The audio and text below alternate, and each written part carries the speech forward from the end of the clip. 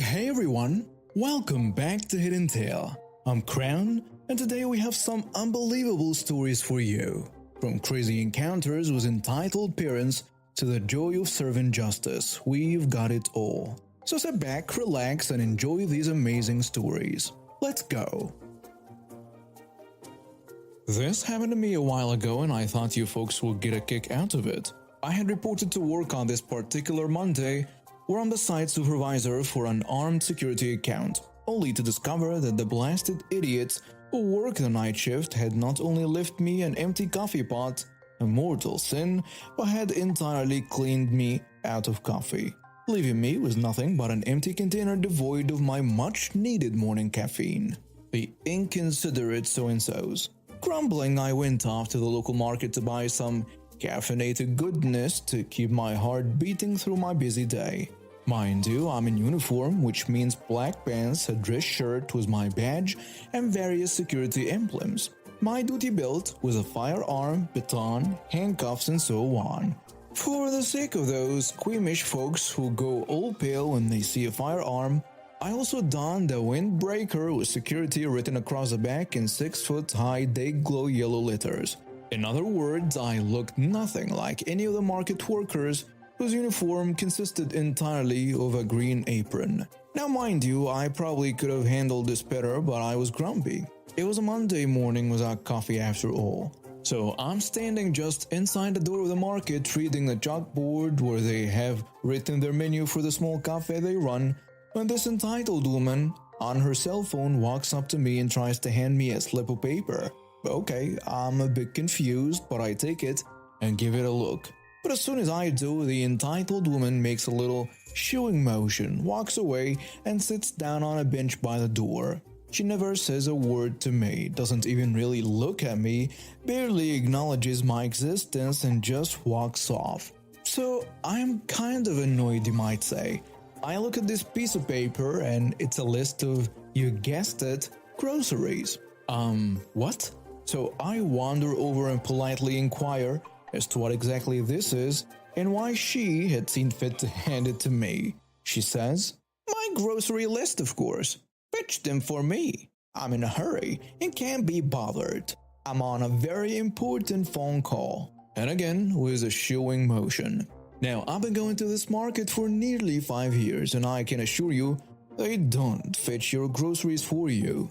So after some consideration, I very carefully rolled her list into a tight little ball, dropped it on her lap, and loudly growled at her to get moving and do her own shopping, then turned around and walked off. I heard her screeching out something behind me, but I just ignored her and kept walking. At this point, I seriously thought she would take the hint, see the day glow letters on my jacket and buy a clue. But oh no, she's just not that smart.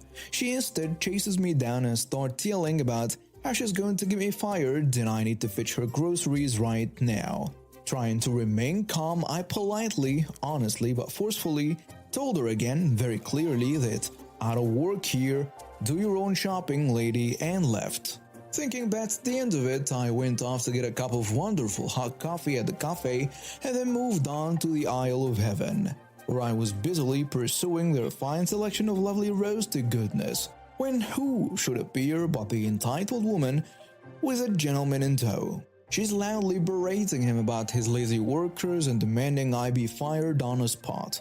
The poor gentleman looks confusedly at me, then at her, and informs her, "He doesn't work here. We don't employ security, ma'am." Being a bit of a jerk, I waved at her, gave her a big smile, and agreed with him. She absolutely loses it, goes completely insane. She starts screaming that I need to fetch her groceries right now or she's going to get us all fired, and that she's an important person and how we will regret treating her this way and blah blah blah. The gentleman finally gets a word in edgewise and again informs her that it's out of work here and I don't have to do anything for her. This is when I can see a dim light bulb go off in her head and see a glimmer, tiny but there, of understanding beginning to dawn in her eyes. This dim light is however quickly squashed by her overinflated sense of entitlement as she promptly replies in the snottiest voice possible with, Well, he's obviously a menial of some sort. Make him. To say this got me a tad riled up is perhaps an understatement. So I shoved a one-finger salute into her face and told her emphatically to go bother someone else. That gentleman quickly got between us and loudly told her, in no uncertain terms, that 1, again, I did not work there, and 2, that she needed to get out of his store right now. She literally screamed at the top of her lungs, no words, just rage, and started demanding to see someone in charge so she could get us all fired, and someone better get her groceries, and how she was going to sue us all. Didn't we know how important she was? The gentleman, who I had naturally assumed was a manager, promptly got right back in her face and yelled over her that he was the owner, his family had owned the place for 20 years, and they had never in all that time done someone's shopping for them. Ever. He then grabbed her by the arm and literally dragged her off towards the front of the store. At that point, I was just shaking my head in disbelief, but I just went ahead, made my selection of fine coffees, and wandered over to stand in line to pay for it. As I'm there at the register, the owner came up to me and actually apologized for that woman's behavior, and we shared a what the mess moment. We ended up just laughing at how silly she was, or crazy, either way. He even tried to let me have the coffee for free, but I thanked him and told him it wasn't his fault, but the entitled woman was so silly, and I was fine with paying for it. Now you would think that was the end of it. I mean, it was crazy, but weird stuff happens. People are silly, whatever. But oh no, dear readers, it would appear that we have both underestimated the depth of that woman's craziness, because as we walked through the door to the outside world, who, to our astonishment, was there waiting for us? The entitled woman. It turns out she had actually called the police on us, and the foolish brat was out there screaming at the officer, demanding that we be arrested for not serving her, and how she wanted us both fired, and she was going to sue, and that someone had better get her groceries right now. My jaw dropped. I don't mind saying it, and I was beyond shocked. I honestly started laughing at that point. This lady was certifiably nuts. Because of my job, we happened to work closely with the local police department, so I actually recognized the officer that had responded to the call and gave Officer Betsy a wave when she looked at me. She gave me a grin and walked over, asking me exactly what was going on. We both gave our side of the story, and the owner asked that she be removed from the property, please, as she was at this point causing a scene. Betsy just rolled her eyes, walked over, and told the entitled woman that she needed to leave right now, immediately, or she will be charged with trespassing. Now, do you ever have that moment when you can see something bad start to happen, but your mind just can't quite believe it's actually occurring? Well, I saw it start, clear as day, as the entitled woman reared back and started to go off again. And yep, there it was. She actually jammed her finger into Officer Betsy's sternum. Not once, but twice. It might have been a third time, but Officer Betsy had at that point picked her up, flipped her over, and dropped the entitled woman on her head. She landed on top of her, had her handcuffed in record time, got back up, opened her door, slid her into the back of her patrol car, and slammed the door on her. We all just stood there shaking our heads in total disbelief as that woman started to scream, thrash about, and kick at the windows of the squad car. She was still doing it as Officer Betsy drove off to the station too. Mad stuff.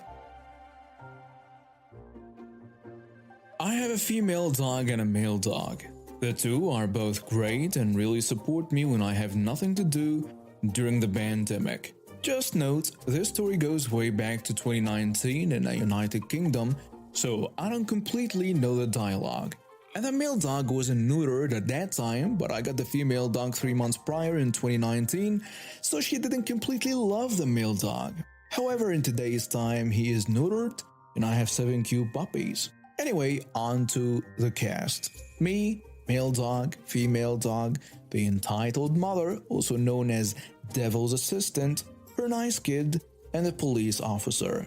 So it's a nice day in 2019 and I had nothing to do, so my male and female dogs and I went to a park primarily for dogs. Almost every family there has a dog, and it's a quite popular park with a children's play area, of course, with open areas to play around with dogs and other pets too. So I found a big area with a lake next to it and played who could catch the ball first. Enter the star of the story coming near me. Hey, could I have part of this area? Oh yes, no problem. I forgot to mention they do have a dog, but it isn't a big part of the story. These dogs look adorable. Could my kid pet him? Of course. The nice kid looked like a 6 to 8 year old with ginger hair and also looked kind of shy. What kind of dogs are they? Are they easy to find? Well, one is male and the other one is female. And wait, what?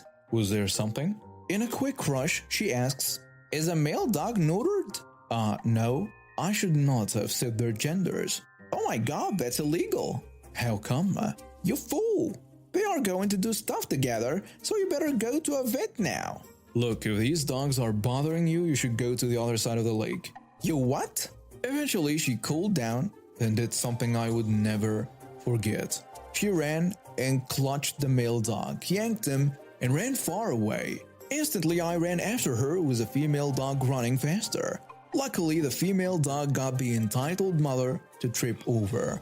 I didn't care if the entitled mother was hurt. I just wanted to get out of here and be dealt with. But when I got in my position to run, I heard the stop! The entitled mother did the smart Karen trick of shouting, but I stole her dog and bet I kicked her. I thought I messed up. A police officer says, what's going on? I heard a shout. I instantly said before she could get any words in, she tried to steal my dog. Well, I was able to witness half of it. And ma'am, you have to leave now. Thank you, Lord. I say, wait. What about your dog? She said. Uh-oh. She tried to run but couldn't, so the police officer had to escort her to her kid 7 meters away. The kid was there with another dog playing catch, so at least he was entertained while his mother got chased by some average-weight 19-year-old man. Of course, I pressed charges on her, and another thing I would never forget when being escorted by the police officer. The entitled mother tried to flip me off, but the police officer slapped her hand down. Ever since that happened, I've kinda got anxiety when taking my dogs in public, but it took a couple of weeks to get past that. Let's hope I don't see that brat again. Some background first. I'm agoraphobic, which means that I have frequent panic and anxiety attacks, so I almost never leave home. And even minor tasks can be very stressful to me. Second, I live in the same apartment complex as a childhood friend who helps me out because of my condition. We will call him Greg. Since he's in charge of maintenance for this and several other apartment complexes, management knows about my condition. Third, I got a kitten a couple of months ago to keep me company and named him Hops, after Calvin and Hops. And lastly, Greg has a son who we will call Jacob. The story starts a couple of weeks after I brought Hops home. After hearing about the kitten, Jacob brought a group of kids over and they came in to play with Hops for a while I did some cleaning. One of the kids, Caleb, kept saying how he wanted to keep Hops and even asked me if he could have him. Obviously, I said no and thought he was joking anyway, so I thought nothing of it. The problem is that Caleb started showing up at my door every single day to see Hops, knocking on my door repeatedly about 20 times a day. Greg has made Jacob aware of my condition, so he knows that a lot of the time I just don't have the energy to deal with a bunch of kids, and he was nice enough to pull Caleb away, for which I am very grateful. One day I woke up to find my back door wide open and I immediately started to panic. Hops was obviously gone and this sent me into an anxiety attack. Eventually I calmed down and hoped that he would come back on his own. Meanwhile, I have been trying to figure out who came into my apartment. At this point, Greg, who knows everyone in the neighborhood since he does maintenance, pointed out that the couple who lives behind me has a camera hooked up to their window watching their car, which happens to be right next to my back door. He asks them if they could check the footage, and after hearing the story, they happily obliged to help out. I was fairly certain it was Caleb, but didn't want to accuse a child with no evidence. And I'm glad I didn't, because it wasn't Caleb who came into my apartment. It was his mother, the Karen of our story.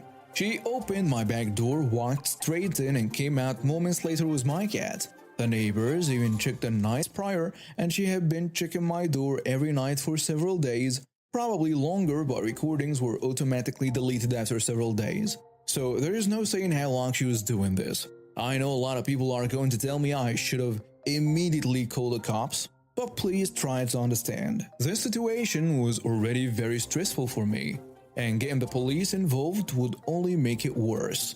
Instead, Greg and I went over to Karen's apartment to confront her and get Hops back. I agreed to let Greg do the talking, and we knocked on the door.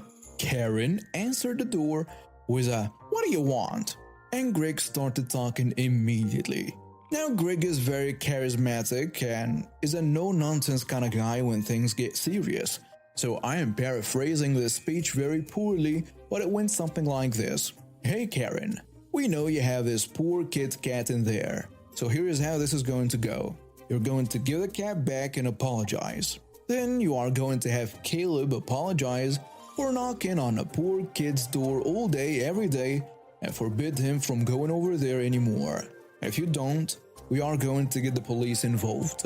Not just for breaking and entering, but because I know for a fact that you have illegal substances in this apartment. I see them every time you put in a maintenance request, which is almost every week. So, let's cut the part where you deny it all and jump to the part where you tell me how this is going to play out." During his speech, Karen's face went from annoyance to indignation to worry and then to anger. By this time, Caleb is in the background and we can see him holding Hops. Karen looked like she was having an intense internal battle. On one hand, she was cornered, but on the other hand, she could never possibly be in the wrong because the world revolves around her. And finally, she spoke and said, "You don't have proof. I bought this cat for my son, and you can't prove that I didn't." To which Greg replied, "Are you absolutely sure that's how you want to do this?" Karen then responded with the most snarky, entitled "Screw you," that I think any person has ever conjured in the history of mankind. Then she slammed the door in our faces. By this point, we were out of options. I agreed to call the police and report the incident. We got the recordings from the neighbors and waited for the police to arrive. The officers showed up, and after hearing the story and watching the video, they immediately went over to confront Karen. Even from a distance, I could see her mouth drop into a perfect comical O shape when she saw two police officers at her door. The officers explained to her that I was not pressing charges if she just gave the cat back. As regulars of this subreddit know, though, you can always rely on a Karen to dig in her heels and double down on their bad decisions. I could not hear exactly what was said, but heard Karen getting louder and more enraged every time she spoke. Finally, she crossed the line and tried to shove one of the officers. Next thing we knew, she was face down on the concrete and was being told her right. I doubt she heard any of it though, because she was screeching all the typical Karen lines like, "You can't do this to me," and "I know such and such, I'll have you fired." It was actually a pretty pathetic display to see from a grown woman. By now, Caleb was in tears, still holding my cat. He walked up to one of the officers, legs shaking, and handed him the cat. It almost broke my heart when he asked if they could let his mom go now. The officer was kind, but explained that his mother had assaulted the cop and was likely going to jail. So I did get Hops back, but for a week, I felt awful about making Caleb see all that and probably scarring him for life. Fortunately, there is a happy ending here. Now, when Karen got arrested, Greg knew I wouldn't press charges, so she would likely only be charged for the assault. This is why he decided to inform management, and they pressed charges on my behalf for breaking and entering into one of their properties, as well as illegal substance trafficking out of another property. Long story short, she is in prison. Here is a happy ending for her kid though. Apparently, his dad had lost a very long custody battle a couple of years prior, and this little incident naturally meant that he now had custody. Greg met him once when they came to get Caleb things from Karen's apartment, and apparently He was a very nice man, the polar opposite of Caleb's banshee of a mother. She had gained full custody of Caleb mainly by lying, but it seems that Caleb will now be raised by a rational adult. Hello everyone. Today my eyes do not hurt that much, and the baby is sleeping peacefully. So time to write another story that happened when I was working in Japan. As mentioned in another post, I was a property manager, managing a set of hostels and guest houses. This happened during the high season called the Golden Week. Prices were getting ridiculously expensive, even in guest houses and hostels. Our normal rates are about 1,000 yen for one night during the normal season, around $10 on weekdays. Weekends can be more expensive, 3,000 yens, so $30. These prices are for one single bed in a bunk bedroom, which means you would share the room with many other people and also share accommodations such as showers and toilets. People who are used to hostels know what I mean. I was training one new receptionist, a lovely young girl from Michigan who was absolutely amazing and friendly. She was a perfect fit for the job, fast learner, friendly and positive. I told her that she was ready for her first shift alone, but if she needed me, she could send me a text anytime, and I'll get straight to the reception. Don't forget, as mentioned in my other post, we have cameras in the lobby recording all the time to protect my staff from furious guests. Later, her first guest arrived. One man in his early 30s looked friendly at first. They spoke a bit, and yeah, fun fact, he was also from Michigan and blah blah blah. A few minutes later, I received a simple message: help. I got to the front and the guy looked so mad. Yeah, he wanted to talk to a manager. I introduced myself and asked what problem we were facing. Your staff showed me my room, and it seems that it's just a bed, and other people were inside too. Yes, this is a dorm. Did you book a private room? I'm not sharing my space with people who potentially have diseases or are snoring. And your staff, pointing at my poor receptionist, who is totally confused, told me I have one bed in this massive room and I want a private room. Let me check your reservation, sir. I got onto the computer and checked his reservation. Sir, it seems like you have booked a bed in the 10-person dormitory room. Therefore, there is nothing we can change about it. Okay then, I want an upgrade. Get me a private room. I would love to, sir, but unfortunately we are full for tonight. Okay then, I want a refund. There is no way I'm going to stay here. I'm looking for another place. Up to you, sir, but unfortunately I cannot refund you. You made a reservation on X travel agency, and this travel agency has its own cancellation policy. In your case, you had to cancel 2 weeks prior to your arrival to be eligible for a full refund. That is nonsense. And I never wanted to book a bed in a dormitory. Who does that? Are you crazy? Sir, calm down please. We just received your reservation the way you made it. Plus, it's a very good deal. You made the reservation more than 6 months in advance when our price was the lowest possible. I don't care. Give me my refund. Sir, you have paid online. The only people who may be able to refund you is a booking service you used to make a reservation, not us. You guys are just trying to take advantage of me. I demand to speak to a manager. Sir, like I said, I am the manager. I really apologize for the trouble you're going through, but I cannot refund you. And I will personally advise you to stay. It's a nice place. You'll meet nice people here to hang out with. I don't care about people. I want my privacy. Before moving on, I'll give you a small explanation about travel agencies. There are many of them. Booking.com, Expedia, Hostel World, and so on. All of them have different cancellation policies. In that entitled customer's case, he had to cancel 2 weeks prior to his arrival to get refunded. One exception is he could be refunded if he could prove he could not get to our place for exceptional circumstances, like he missed his flights or whatever. Sir, why did you book a bed in a dorm if you didn't want it, if I may ask you? I didn't know. I just booked the cheapest place I found on the internet. So, you have booked a place and even did not read what you had booked? Correct. And you want us to refund you for a mistake that you have made? I did not make a mistake, I just didn't know what I had booked. So please, can I get a refund? 1 minute, sir. In that kind of situation, we want to avoid people cursing or yelling, so what we do is we call the travel agency customer service and provide all the information from our point and from the travel agency point of view, and calmly explain to the guest that indeed he cannot be refunded for X reason and our establishment is not responsible for the problem. Unfortunately. On speaker, how can I help you? The travel agency representative asked.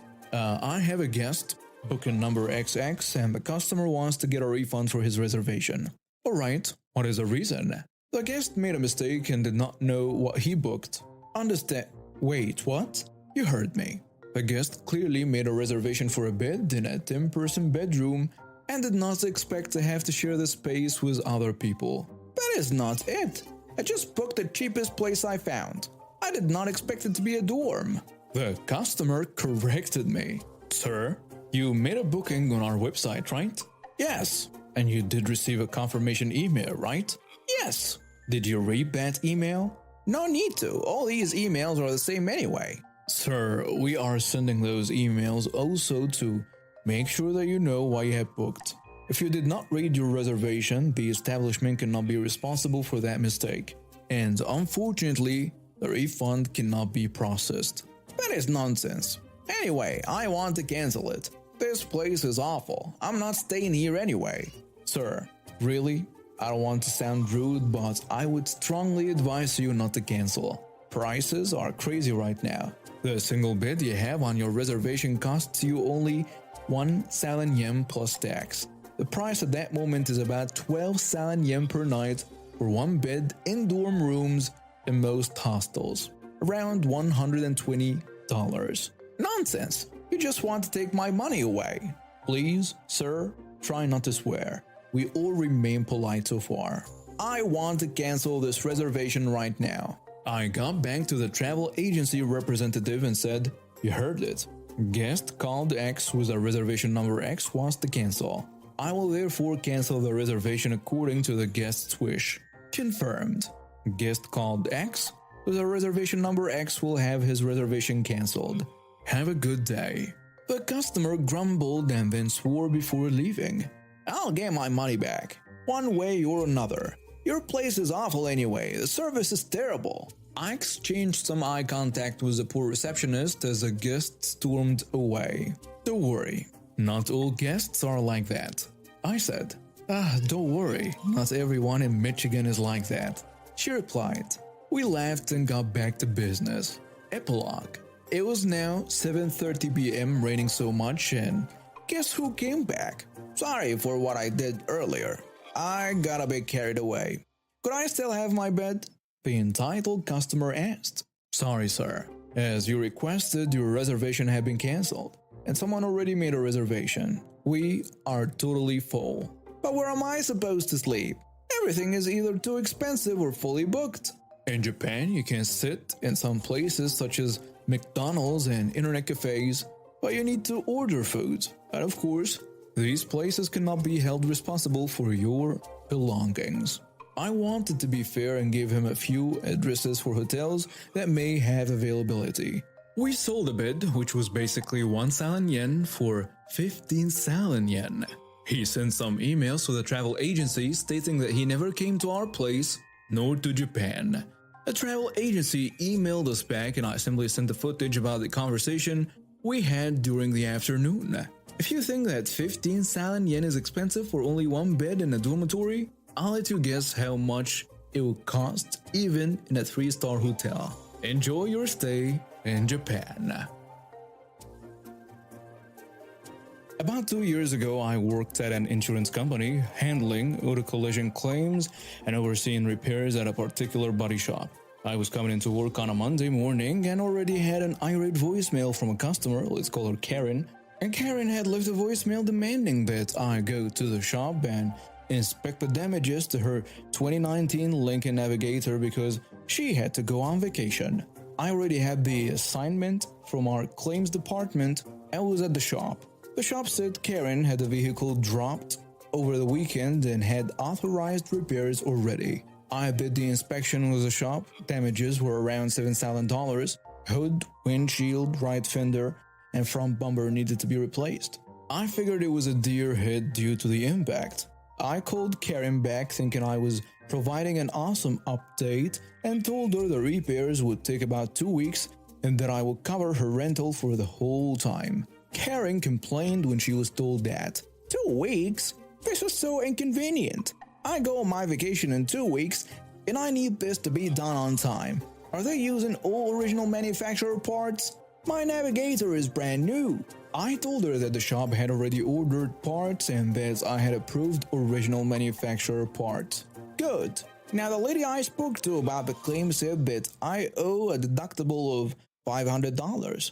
Is there any way it'll be waived because the accident wasn't my fault? Or do I have to go after the child for it? Wait, what? A child hit my brand new navigator. Didn't you see the information on the claim? Karen then recounted for me the way the accident happened. At least, as she recalled it. Karen was on her way home from work the previous Friday when a child ran from out of nowhere and hit her brand new navigator. Karen was adamant that she was traveling 35 miles per hour, the speed limit on that road. I told Karen that I wasn't sure if the deductible would be waived and that I'd have to check with a claims adjuster. Karen then said, "That's fine, I have the child's information from the police report.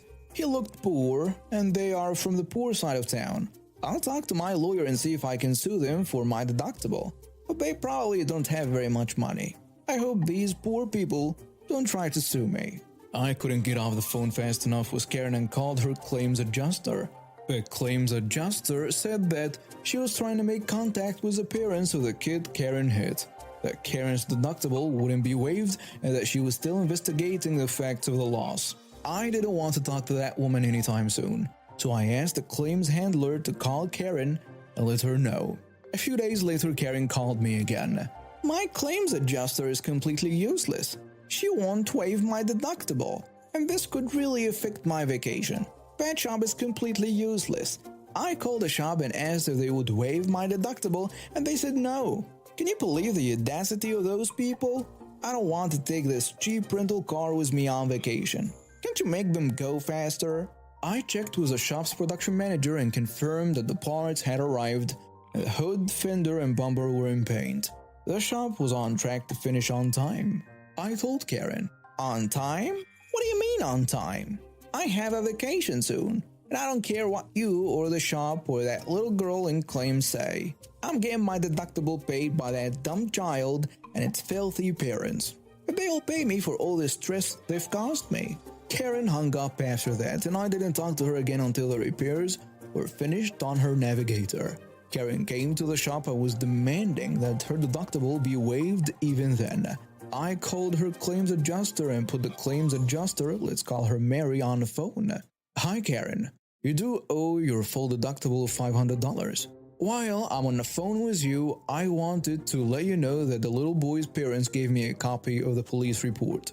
It shows that you sped past a stopped school bus and didn't stop for the traffic arm, correct?" Karen went off. She demanded Mary's supervisor's name and my supervisor's name and said that we were calling her a liar. She paid with a gold credit card for her deductible and peeled out of the parking lot. Karen almost immediately wrote reviews on Yelp and Google, calling the shop the worst experience of her life since her deductible wasn't waived and the staff was rude and inconsiderate. She talked to my supervisor and Mary's supervisor and called us both incompetent. When she did the claim survey, she gave us both 1 out of 10. Anyways, I hope the kid's parents sued her for everything she's worth. Thank you for watching Hidden Tale. If you like today's stories, please hit the like button and subscribe for more great content. Share your thoughts in the comments below and tell us if you've had a similar experience. Until next time, take care of yourself, stay safe, and I'll see you in the next